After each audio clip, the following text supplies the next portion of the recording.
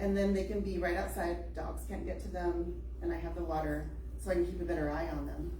But I mean, that's a lot of seedlings. And so what I'm gonna do in a couple days is I'm just gonna, you know, break it all apart, and we can repot them, or you could just take a whole chunk of this and plant it right in the ground. Because that's what perennials do. And then you can break it up later. You know, so this is in contrast to those plants, which I have been babying, singing to, and watering under lights on racks and since January, you know, so lots and lots of hours. Although I love it, there is something to say for this. You know, because this has been outside in the elements, and so this is doing what it's supposed to do. That's me babying them to make them do what I want them to do.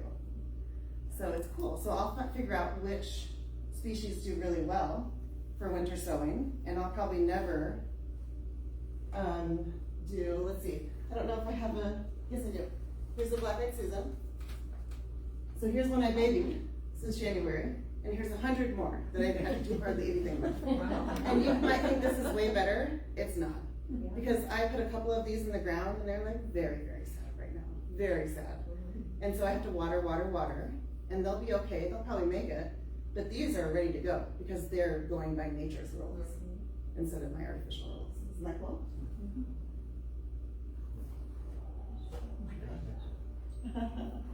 So we're just going to wait a couple more minutes, and then we'll get started.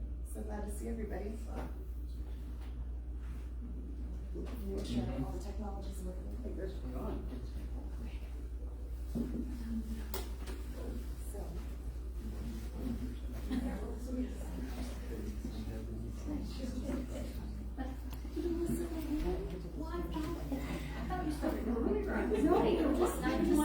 We're ripping.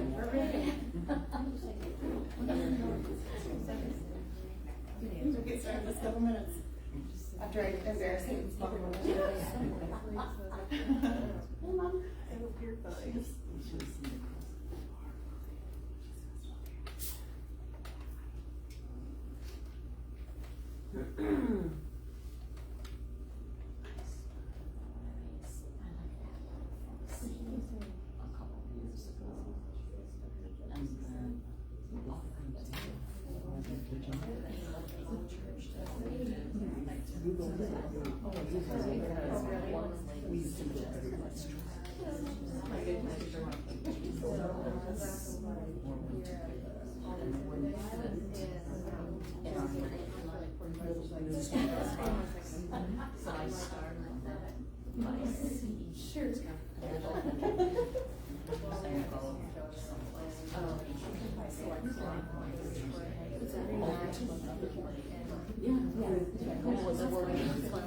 Well, I don't know. That is your well, you know, I just used to know and now I'm like, oh, I don't know what it is, you know, like when you think of time of the year.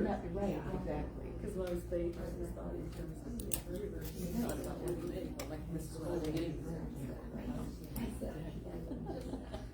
I'll be doing that. I had about a year or so.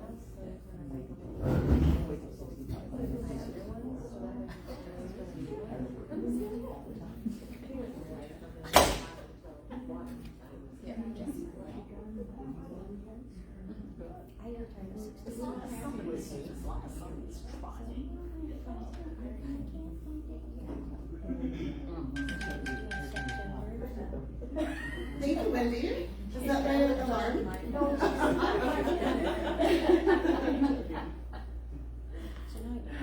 So that was my second time embarrassing you. I hope you don't mind. I did it to my mom. No. I don't embarrass that easily. Come on up. There's more. Would you watch for more people? I think we're good so far. Thank you everybody for welcoming us, coming to tonight. My name is Jessie Lowry, and I'm the outreach coordinator for Madison County Conservation. I was just telling my friends that I still get nervous after all these years of doing this. I still get a little nervous every time, So here's something just to kind of make you guys laugh. There's so much attention around pollinators, wildlife conservation, native plants. We're like, what can we do? What can we do? Does it really matter? And what I want to tell you tonight is that it really does matter, and it doesn't take that much. That we can all do something to help pollinators. We can all do something to help the ecosystems here in Madison County and abroad. So excited to see you tonight. This is a part of our Cultivating Connections project. That's my daughter, Elena. She's 11 now. She's studiously getting all of the snails off the bustling trail near that Camel Park. The mission of Cultivating Connections is to build habitat and protect habitat while cultivating connections to nature and to each other. And thank you for the public library for having us here tonight. Really appreciating using this room over the years and all of the services that the library provides for our community. Gosh, you guys really do a lot of good work. You do.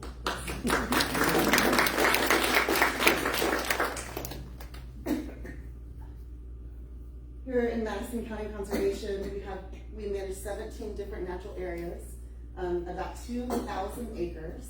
We just had our 100-year anniversary of Camel Park, and of course, we're just getting ready to open up our new conservation center. So we are so excited. This has been in the plans for about a decade. We've been constructing it for over 3 years, over 4 years. And we're so excited to welcome the community. At the end of this presentation, I'll let you guys know our grand opening date, which no one else knows besides you guys. And I want to let you know that, so it's just 6 o'clock. My presentation will be about 45 minutes. 1/3 of it will be a quick review of some presentations that many of you have already seen about cultivating connections and how we really can jumpstart these ecosystems. And the last 2/3 will be completely new. So what I want to present to you today is that the whole world is seemingly invisible connections. And much of our problems today, ecological or other, can be solved by mending these connections. Connections between the sun and plants, humans and nature, between all of the different animals. We're literally wired to connect to nature. And there's plenty of seats up here and more right here too, so make yourselves comfortable. I think that we can use our big brains and our insatiable appetite for innovation to solve these problems that we are working with today. So this presentation is a gathering of the most innovative and groundbreaking science to jumpstart our ecosystems. And a lot of it is based off of Dr. Doug Tallamy's work. He is an entomologist at the University of Delaware.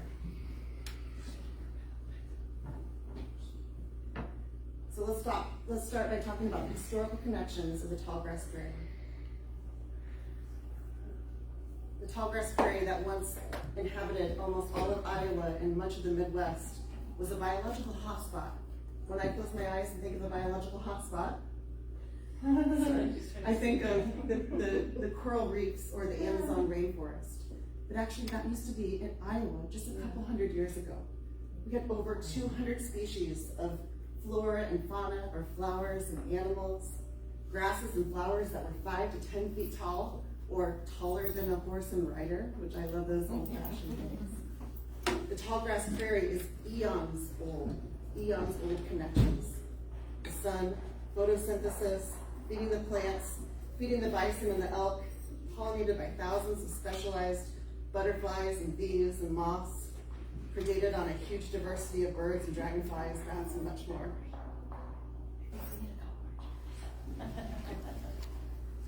So really quickly, there's a few forces that shape the prairie. And when we're thinking about incorporating these very special plants into our landscape, we need to think about the history and how they evolved. And so we can see how they can fit into our world. The forces that shape the prairie were fire, grazing animals, and people.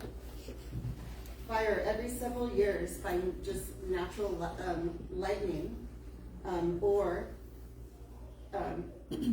lit by Native Americans was used for safety and sightlines and travel, and also warfare. But fire going through the prairie on a semi-regular basis suppresses the woody species, because the natural progression of a landscape is from grassland to forest. And so if we do not disturb the prairie, it will just continue to go to forest. And so one thing that really exemplifies that is our Chris Cove project. It's one of the only remnant prairies in Iowa, and Chris Cove is like very underappreciated, you know? But we have contracted with the U.S. Fish and Wildlife Service to take out thousands of eastern red cedars. They're kind of native, but they're aggressive.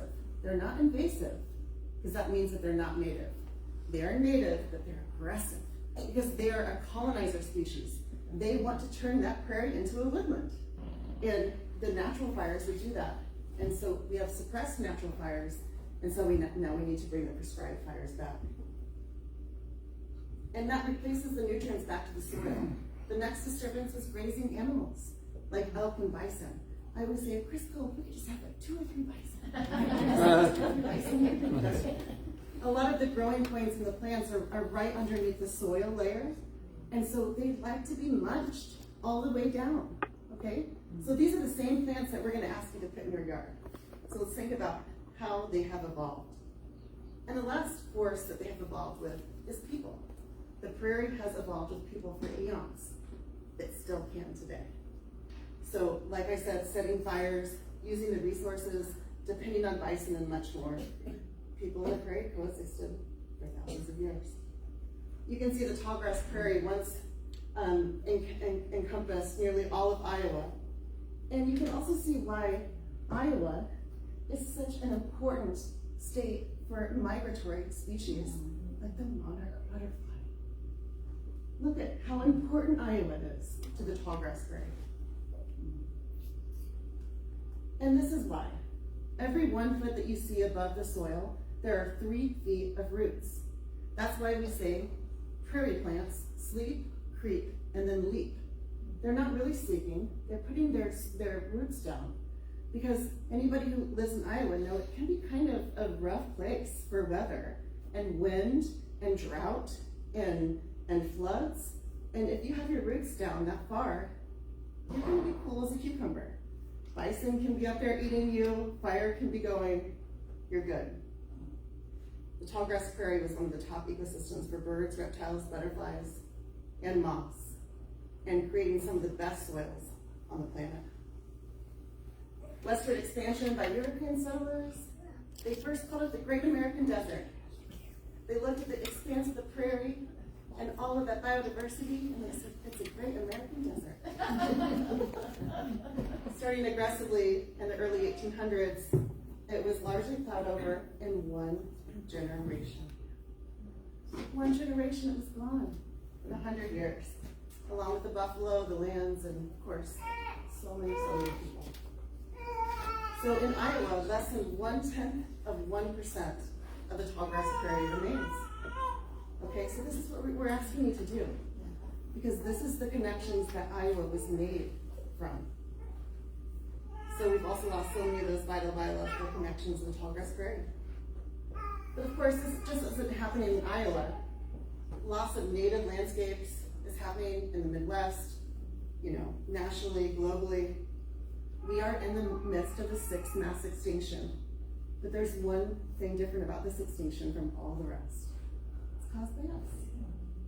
That's okay. We can come to terms with it. It's caused by humans.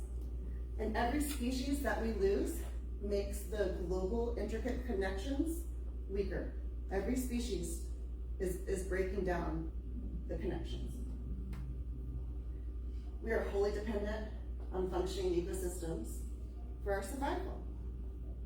I don't know, food, clean water, clean air, healthy soil, climate stability. It's all to do with ecosystems. Okay, so what's the way forward? It's mending these connections. We just need to mend these connections. And why don't we use the groundbreaking top science there is, which I think is Doug Talmy of the University of Delaware. And so a quick science refresher. The whole system is fed by the sun. And this is fun because we learn this stuff and then we put it in our pocket and we don't really think about it. Let's think about it just for a second. Because if we want to solve these problems, we have to start at the foundation. The whole system is fed by the sun. Plants turn sunshine into tissue. Photosynthesis. Thank you. That's why I gave you that seed.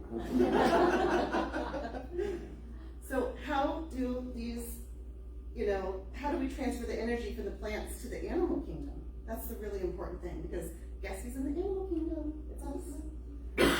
So the thing is that most animals can't eat plants. Most animals on our earth cannot eat plants. They eat other things that eat plants. So the primary consumers of plants are insects. But here's also the deal. Plot twist. Most insects can't have very, very specific diets. So there's one insect that is the most powerful driver of the entire global food web. And some of you have seen this before, so you know. Anybody want to tell me? What is the kind of insect that is the most powerful driver of our food web on planet Earth? Bees. Close. They're juicy, protein-packed. Grasshoppers. Well, caterpillars.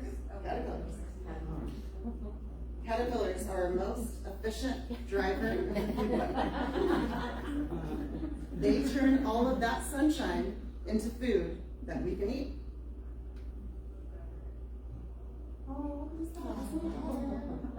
I grabbed out the diaper bag. Oh my gosh. So that's a monarch caterpillar in her hand. And it's just like a sack of groceries for a bird.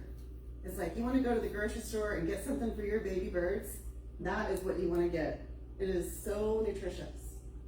But it's not just for birds. But this is another thing that Doug Tallamy did. He had his research students, and I wish I could have done this, like sit by a tree with binoculars and count all the caterpillars that the chickadees feed their hatchlings. So from the time that the hatchlings hatch out of the egg to fledging the nest, which is about 2 weeks, the chickadee parents would feed their offspring 6,000 to 9,000 insects each. Wow. 90% of those are caterpillars. So, do you love birds? Do you love songbirds? Do you love butterflies? Do you love moths? Do you love all these things? Caterpillars is where it's at. And I think it's so funny because, you know, I've been in the pollinator conservation world for 20 years. And we're always like, butterflies and bees, and yeah, they're very important. But if you just like really get past like, you know, bees are the new black, then it's actually the caterpillar. So we were kind of like focusing on the wrong part of the life cycle. But we can't leave out the bees. They're the heavy lifters of pollination. They spread pollen between plants, helping plants reproduce and thrive. And adult caterpillars become moths and butterflies, of course. But moths and butterflies are accidental pollinators. They are not gathering the pollen for their offspring like bees are. They're going to a flower and they're like really thirsty and they unroll their proboscis and they put it down into the flower and they suck up all that nectar through that straw, and then they go to the next flower and then like pollen's getting like caught on their dress and then they go and it like falls off on the next flower, and that's how they pollinate. So bees are really the deal. Okay. So let's just plant some leaves for caterpillars to eat and some pretty flowers for butterflies to eat. Right? We're done. Easy peasy lemon squeezy. That's what I would say. Well, as I told you, there's a plot twist. Most of these caterpillars are specialized. Connections. These connections are eons old. They can only eat certain plants because that's the way that they survived. And that's the way that they helped themselves not become eaten. And so 5% of native plants support 75% of all the caterpillars. I know that's kind of hard to even imagine. And also 25% of native bees are pollen specialists. 1/4 of all of our native bees can only consume pollen from specific flowers. So we can find out what those plants are. And we can put those in our gardens to get the most bang for our buck. So that's what Keystone species are called. So if we think about this area, Keystone species for us. So Dr. Tallamy and his students ranked all the native vegetation in every state of the United States from 0 to 1,000, depending on how much biodiversity they support. So here's our top ones: native goldenrods, native sunflowers, native asters, native black-eyed Susans, or black-eyed Stevens. And so we call them keystone plants. And so we should always be really focusing on these plants. Does anybody want to guess what the #1 keystone plant is for the Midwest in Iowa? Good idea. The milkweed is the host plant for the monarch butterfly, and we're very focused on that, and so that's very important. Corn. Will, you got it. Oak trees. Yes, oak trees. Oak trees, all of the different kinds of oak trees support over 500 different species of caterpillars. And so this is what our native landscape has evolved to support. And of course, Madison County is famous for its oaks. Here's some more really great keystone species woodlands. Cherry plum, chokecherry, native birch, native maples. Shout out to the City of Winterset Tree Commission for giving away all those oaks and the other species that they're going to do next week. That's fabulous. Very, very good. We need to. But it's not just for parks. It's for lawns, for corporate areas, for libraries, for town squares, for churches, airports. We can do this. So let's learn a little bit more about these plants so we can learn how to put them in our landscapes. These plants are tough. They evolved in the tallgrass prairie. Imagine what it's like to live there. You're jostling for space. You're jostling for water, jostling for sunlight, for nutrients. And so sometimes it gives these plants a little bit of a bad name. They say they're weedy. They say they're aggressive. They say they're too tall. They say they spread. And so what we have tried to do with this project is really narrow down species. So these are the ones that I have grown over the past few months. And they're all great for backyard gardens. They're going to be smaller. They're going to be less aggressive. They're going to be shorter, things like that. But that's why these plants have this effect. And also because we're just used to planting tulips and roses and other things that are exotic. You know, over in Europe, they're planting these species because they're exotic. Isn't that funny? And we're planting their species, but that's why we have to add so much fertilizer and so much water, and we have to do all this stuff. Once we get these species established in the landscape, they really will start taking care of themselves because they evolved here with fire, grazers, and people. But I don't want to mean that you have to burn your prairie plants in your yard. You really don't. The reason why we burn is to get rid of all the annual weeds and get rid of all of the woody species. So we'll tell you how to do that without fire. So this is why. Look at those roots. This is happening right now at Chris Cove, Hanson Prairie, other areas around the county. And this is what made our legendary black soil. This is what made Iowa famous. This is what it's all about. Eons and eons of that. So remember, sleep, creep, and leap. That's what they're not sleeping. They're putting those roots down. All right, so let's get to it. Get your hands dirty. How can we get these plants in our own landscape? So first of all, I say start small. Because if you learn how to especially manage weeds, which I'll show you how to do, you can just get the hang of that and then really expand. But if you try to do a lot at first, you might get overwhelmed and you might give up. And so start small, find a place that has 6 hours or more of sun. If you don't have a place like that in your landscape, then we can give you personalized guidance. It's just a little bit more complicated. Basically, you just have to buy the plants. You can't really start from seed because it'll just take a lot longer. But there are some special shade species which we can talk about that's kind of out of the scope of this talk. So 6 hours or more of sun per day, access to water, no spigot. I just got a call from my friend Alyssa from Bricker Price at Arlen, and she's like, I don't have a spigot, so I guess I need a rain barrel. And I was like, yes, you do. And we have been asked to do a rain barrel workshop for a long time, and we're going to. And we have this building that we're opening, so we're kind of a little busy right now, but we will, and it's super easy. I digress. You need to rid existing vegetation, and we really promote no-till. And the reason why we promote no-till, which has ramifications for like agriculture, but also for your garden, is because the soil is doing its thing. Unless you live in like a super new construction area where maybe it's all clay, it's been stuff that's been compacted and brought in and it's just red, that's a different situation. But if you just have kind of normal soil, the fungi and the decomposers have been working for a long time making this structure in your soil, and that's what's going to help get the nutrients to your plants and to help get the water to your plants.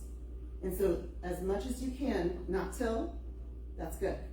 Sometimes you have to till once, which I had to, and then I'll never till again, but we'll get to that. Also, it can bring up weed seeds that have just been dormant underneath, so it actually makes the problem worse. But you know, that's what we've grown up with. My grandma tilled, everybody tilled, we're used to that. We're Iowa farmers, so I get it. But this is my favorite way to do it. And if you just plan ahead, and you say, I want a garden in a few months at this spot, then you just cover it with garbage bags or black tarp.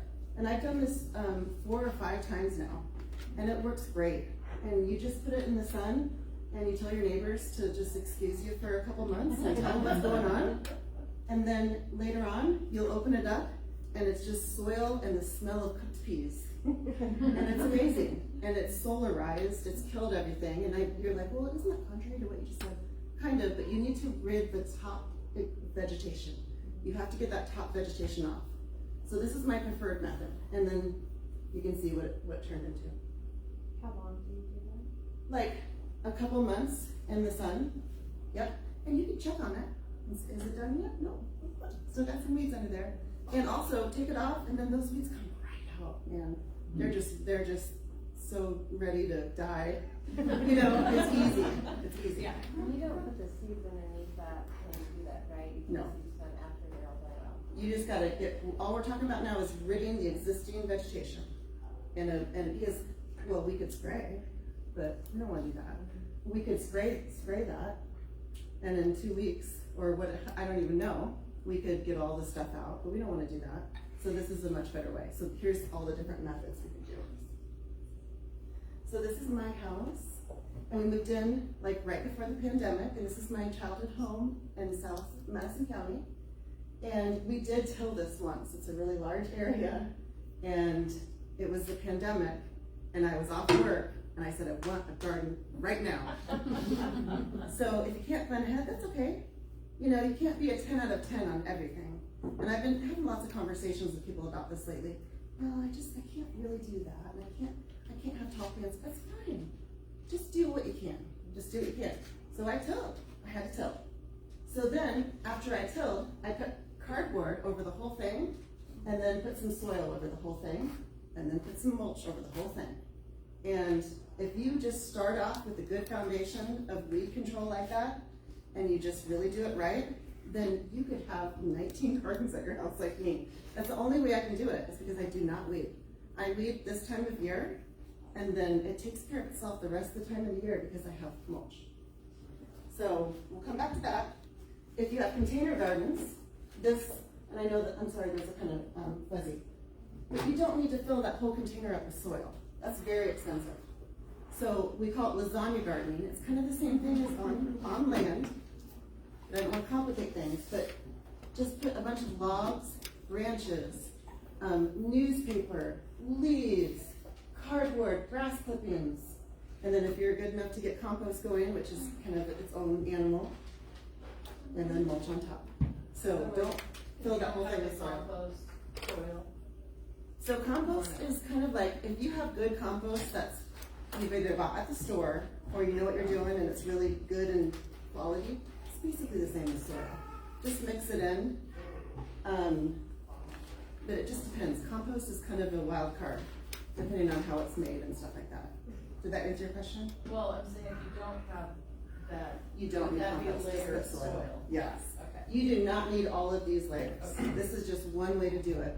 So if I have this this raised container at home, which I have some kind of like this, like old tractor tire wheels, then I put a bunch of sticks, and I put some leaves, and I put some newspaper, and then I put 1 bag of hot soil if I need to, and then you're done. Yep. So you don't need to spend money on soil. Okay. So seeds are plants. Seeds are less expensive, plants are more expensive. But remember, they sleep, creep, and they leak. So do you want to get seeds that are going to take really a long time and you have to baby in the ground? That's kind of like expert level for prairie plants. I'm not joking. So you probably want to get like all of the plants that you really want as plugs, and then maybe pick like 2 species of something that is like a ground cover, or something like Cytoxgrama, which I have a whole bunch of here now, which is a really cool like spiky grass. It's going to fill in the blanks. But I would pick like 2 species to do seed, and then you know when they come up, you'll figure out what they look like, and you'll know that they're not the weeds, and then the rest are plugs. So that's what I recommend for newbies, for sure. So here's the really fun part. Just get out a blank sheet of paper and pick your plants. You want to have a variety of textures, heights, shapes, colors. You want to create tiers in your landscape, because you can create these little ecological niches that will shield the pollinators and the caterpillars from the sun and from the rain and from the wind. And you can just do it however you want. But what is your goal? Well, the goal that I'm trying to persuade you to do is Keystone Species, because it gives back to nature. And diversity is great too. But maybe you have a favorite butterfly. Maybe it's monarch, so you want to do all kinds of different milkweed. And you know, all of our different butterflies, some have only one host plant, like monarchs and milkweed. Some have several, like swallowtails. We'll do dill and several other plants. So you can come at this any way that you want. And that's really the fun part. So this is one of my gardens. And you know, you can do the tall species in back, you can do the tall species in the middle. And you want things to bloom throughout the season. So that's a really important thing for pollinators. You need stuff blooming for nectar, for bees and butterflies and caterpillars to eat in the spring, some in summer, and some in fall. So again, I always go back to the monarch butterfly. What do they need in spring? They need milkweed, because the caterpillars are going to eat that and lay their eggs on it. What do they need in the fall and the summer? They need nectar, which is flowering plants. But you know, flowering plants aren't all created equal. If you tried to go get a rose at high V and put it out, stick it in the soil and see if butterflies will come and eat from it, they won't. Because that's been genetically modified to be very pretty for us and very aromatic and beautiful and lasts for 3 weeks in a vase. And through that process, almost all the nutrition for pollinators has gone. So now you're ready to plant. So right now, if you were going to plant, I still recommend after danger of frost, although we're getting pretty close to that date. And you know, next year when these plants come up, they'll come up before the frost. They'll withstand frost. So it's just that first year to make sure that you get them off to a good start. And then next year, as perennials, they'll be coming up at their leisure. They're very hardy. I say plant densely. Plant in repeating plant patterns. Clump one species together in big clumps. Because we are fighting this perception that they look weedy and they're too tall and they're not tulips. And so plant in odd numbers, short in the front, tall in the back, in layers. And if you really want to, like you're starting new and you want to make sure that your garden looks great, pick 2 in spring, 2 in summer, and 2 in fall. And just have 6 species and plant them in big clumps. You can't go wrong with that. The way that some people go wrong is by getting a wildflower seed packet and you know, and half of those are going to be weeds, and you don't know what's coming up, and you don't know how to deal with it. But this is like a very meticulous way that you can make it look really nice, because it's all how you manage it. Whether you get plants from me today or from Allendale, if you're planting plugs, deep watering, they need to just water them really well for the first couple weeks. Especially like I kind of, you know, jumped the gun and planted a lot of stuff in the past couple weeks. And if you give them enough water, they're going to be fine. So deep watering. But then sleep, creep, leaf. After 3 years, they should be pretty much established. So if you go back to this, that's an established garden. Oops. Those are very established perennials. Those are 3 years old or more. And that's what they're going to fill the space out. They're going to outcompete the annual weeds. And then you won't have to water unless there's a major drought. Like many parts of my yard, I never water anymore unless it's major drought. So this is another view of my garden just yesterday. And you can see, gosh, it looks dry. It looks like a lot of wood chips. Well, it is. It's a really big garden, so it is a lot of wood chips. But that's why I do that, so I don't ever have to weed. And then so it goes from this. Do you get a certain kind of wood? So I was just about to tell you that it's usually hard to come by wood chips. So you can buy them in a bag at the big box store. That's fine. They're gonna have some chemicals, they're gonna have some dye, probably no big deal, but it costs money. I try to never spend money on my garden at all unless it's for seeds or like fencing. So Precision Tree in St. Charles, I can't think of his name right now, but I have it in the slide coming up. He says call him, but here's the deal. He wants to do it by truckload. So I do take truckloads of wood chips because I'm obsessed. At some point, maybe in Winterset, we can have a site where he can dump a couple loads and we can all get it for free. Because I've had lots of people come up and ask me for free wood chips. And he is more than willing. He says, that's my garbage. A lot of other tree companies, I've like tried to twist their arm, would you give me some wood chips? And it's kind of a hassle for some. But this guy in St. Charles at Precision Tree is all about it.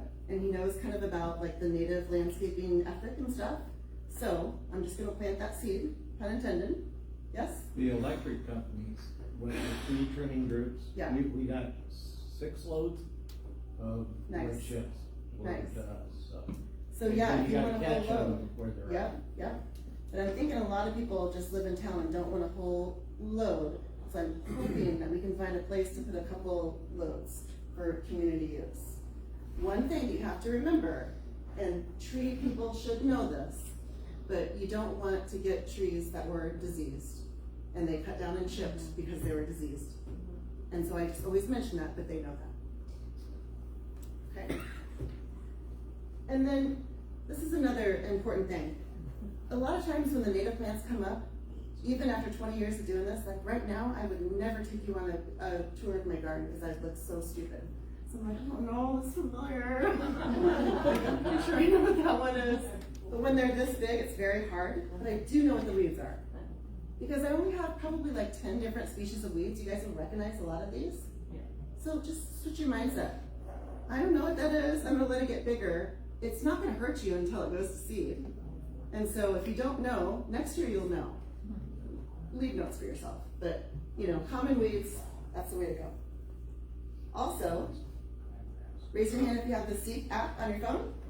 It's through iNaturalist. It's a free app, and you can just take a picture of any plant. You do? Awesome. You take a picture of any plant, and it should tell you the species. And so it's a really easy way. It's not always right, of course, but Yeah, not always. all right, so we don't have to put any chemicals on these. If you put pesticides on, well, the pests are gonna be the monarch butterflies and all the other insects that we're trying to beckon into our yard. Also, if you buy these plants at a big box store, they may have already been treated with neonicotinoids, which is a systemic pesticide that will stay in the plant its whole life. So you might even go to like a big box store and get a butterfly milkweed for pollinators, and it has been treated with neonicotinoids. So we really like just, you know, don't recommend that. And so where we get our plants, through a REAP grant, we have lots that I have grown, but also we get most of our plants from Allendale, which is of course right here in the county, in Prairie Moon Nursery. Let's say I'm hiking out at Pamela. There's a milkweed in full blow. Don't you Two little fluffs. Oh, the Put it in seeds, plant? like at your house? They're not gonna blow to my house first. So officially, Is no. there something wrong with bringing nature from nature to your house? So officially, yes. So the only thing that you can really take out of the parks is mushrooms. And ticks. That's it. And lifelong memories. That's all I'll say. Yes. You're gonna need to edit. And you know, a lot of people come to this from, you know, traditional gardening, which is like roses and tulips and daisies and stuff like that. And, you know, it's kind of the same, but like right now I have obedient plant, which I think is such a funny name because it's really, really spreading. And I'm going to, you know, spread that around my yard and also give it to my neighbors and give it to my friends. Also, aster is spreading very easily. But remember, it's not invasive, it's just aggressive because it evolved on the tallgrass prairie. And I have so much garden space that I kind of want things to expand. It's either that or it's turf grass at this point, you know? So that is to your comfort level. But again, most of the plants that we have tried to share with you, you just need to edit. And so a lot of these perennials, if you've never done that before, you just stick a shovel in and you pull the whole big clump out, and then you just stick the shovel in the middle and you break it in half, and then break it in fourths, and then plant it wherever you want it and give it lots of water. So most of them will do fine. Mm-hmm. Do you like asters and goldenrod respect edging? Well, Or will they if you want them to respect the edging, then you need to take the seed pods off. Okay. You know, because most of these are going to be, you know, reproduced by seeds. But some of them, like milkweed, will also reproduce rhizomes through the ground. Okay. But most of those will respect borders, though, even if they're going through the ground. Yeah, that's just where you need to go in and cut them out and share them. Okay, so there's so many different interests every single season of the year, and I'm sure you guys have heard that bees will lay their offspring and their pupa and their eggs inside the hollow stems of native grasses. And so this is why we always say, don't clean up your garden in the fall. Don't clean up your garden in the spring. And I remember when I worked at the zoo, like 15 years ago, I did a presentation for master gardeners, and they're like, well, what do you mean? Like, how late? And this was before I really had any gardening experience. I was just kind of faking it. I was like, well, I think they say Mother's Day. And there was like, oh! Like everyone gasped. Don't clean up till Mother's Day? Oh my gosh. And now I get it. That's super late. So what I do is I have some parts of my yard that I leave wild. And I have some parts of my yard that I like very managed and ornamental. And if that's the case, then I chop the reeds off and I tie a little jute around it and I put it in a cute little area, and that's fine. Again, you don't need to be 10 out of 10 on all of this. Do what you can. If you have to cut some of the stems down because of your neighbors and whatnot, no big deal. Don't let perfection be the enemy of good. So this is a big thing, cues for care. So if someone is walking down the street and they say, man, you have this big Joe Pye weed and it's kind of fallen over, and you're just learning, you're like, man, I didn't know it was this tall, and you're just not sure what to do with it, put a park bench, put a bird bath, put some rocks, put a little sign that says I'm learning. Talk to your neighbors. Put some rock work in. Those are called cues for care. This is going all the way, and he's got a fully, no yard, and he's got the nice mowed path. So this is expert level. And we utilize these signs a lot. And someday for Cultivating Connections, we'll get some of these signs. That's going to be next on our docket, because it really just shows people that this is intentional. I'm trying something here, and it has a purpose. And this is not unkempt because I don't care about my yard. And so, but this is the reason why I'm trying to give you guys all this information to avoid that in the first place. You know what I mean? And so this is one of my old gardens at Norwalk, and this is an established garden. So it just takes care of itself. And gardening isn't just good for the earth, it's good for us as well. A widening circle of researchers believes that the loss of natural habitat or the disconnection from nature, even when it's available, has enormous implications for human health and child development. They say that the quality of exposure to nature affects our health at almost a cellular level. We are literally wired to be connected to nature. For most of our time on this earth, we have been intimately connected with nature. And guess what? We still are. We just don't realize it. And so we need this. A ton of research about how being outside, working with soil, gardening, tending to plants can make you feel better mentally and physically. I know this deeply from a personal level. It's good medicine. Our brains are wired for this. All right, you guys are going to get a sneak peek of something that's not going to be up there for very long. So get ready.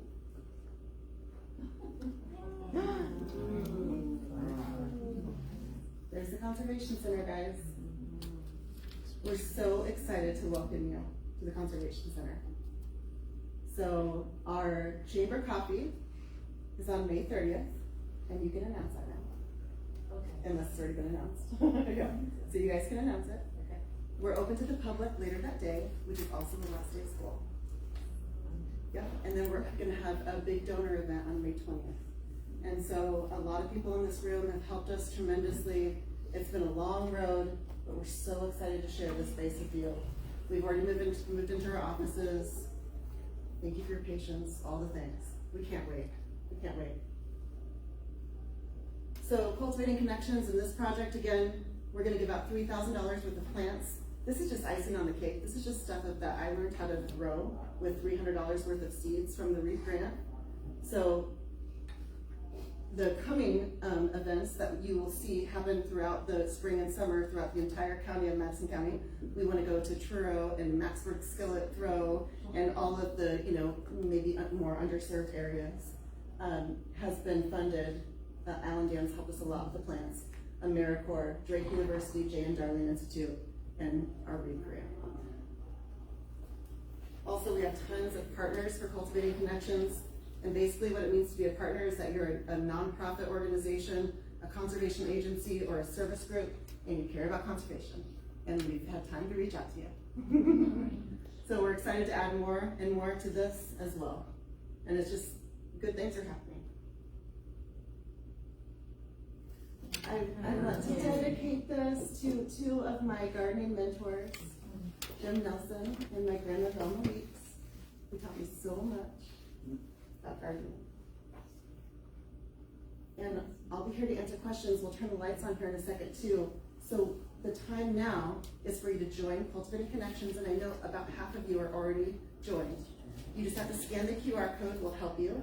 It takes like 2 minutes, fill out a simple little form, because these are the metrics that we turn into the state to get more funding, of course, And then in addition to that, if you get plants, you just gotta sign in and give us your address, because we have a new awesome GIS mapping program that we're gonna make a new website, and it will not show your address. It will not be connected to your name at all. It'll be more like looking down at the Madison County, and it will show like a dot and maybe in your city block. And it won't be connected to your name at all, but it will say that you have some Keystone Species here that you've planted. And then we'll show all the parks, and then we'll show all the trails, and then we'll show the library gardens, and then we'll show the church gardens, and we'll keep GIS mapping all of these Keystone Species around the county. And again, that's another way that we can metric to get funding. So that's what we're asking of you today, to sign up and give us your address. We'll send you home with plants. We have the sheets to show you how to take care of those plants. And then you can keep coming back to our events throughout the summer and getting more plants. This is not your only chance, because we're gonna have a lot to give out, and we want to, you guys are champions, you guys are very interested, so please help us, because we wanna make sure that we do our best to give these out to where it goes. And so we call them roots in the ground. So we're giving out to participants, but also I-35 school. We're gonna plant a garden around the Earlham City sign. Ricker Price. We're gonna donate a bunch of trees to Maxburg because they lost a whole bunch in the windstorms. So if you have an area, a public space or private, that you think could use some of these plants, let us know too, because we'll be giving them away. So thank you guys very much, and I'll be happy to answer questions, and then we'll go over to the table and get you guys our plants. I was gonna say, it's nice that you're doing this, because I'm 70, and when I was a kid, we used to have to hide our milkweed on our property so the neighbors wouldn't see it, because the county would come in and spray your property if they found milkweed. So Dad would hide it in certain locations. Because everybody had to go and hand pull it out of the fields, right? Yep. Before all the chemicals That was now my get in. childhood, was walking fields. I heard that so many times. But hiding the Yep. milkweed was the big thing I Yep. remember. And he did that till he was in his 70s. That is awesome. So, And you know, one thing that kind of contributes to milkweed's bad reputation is common milkweed. That is what you see in the ditches, and it is very aggressive. If you plant it in your backyard garden, you know, it might, you know, spread a little bit easier. But there's lots of other kinds of milkweed, like the ones that you see here today. Butterfly weed and swamp milkweed, they're all much better, well-behaved plants. Any other questions? So the black bags, are those, I mean, can I just get one of black garbage bags and cut them and open them up and stick You them down? can, Is that- Or if it's a bigger area, like what I showed you, then they sell it at the farm store in big rolls of plastic. And you can reuse it several times. You just get those little metal sticks, put it in, rip it up as carefully as you can, roll it up, use it again. About 3 weeks down? It could be a couple months actually. Oh, sorry. Yep. Okay. And also, like, we have some horse mats. Do you guys know what I'm talking about? Those really big, thick, heavy. Those work great too. Or rugs, tarps, anything. You know, blankets would work. Carpet. Yes, yes. One last thing before we go over to get your plants. These are my crazy garden designs. I don't know if I should be sharing these or not. You guys might call somebody, put me on the list.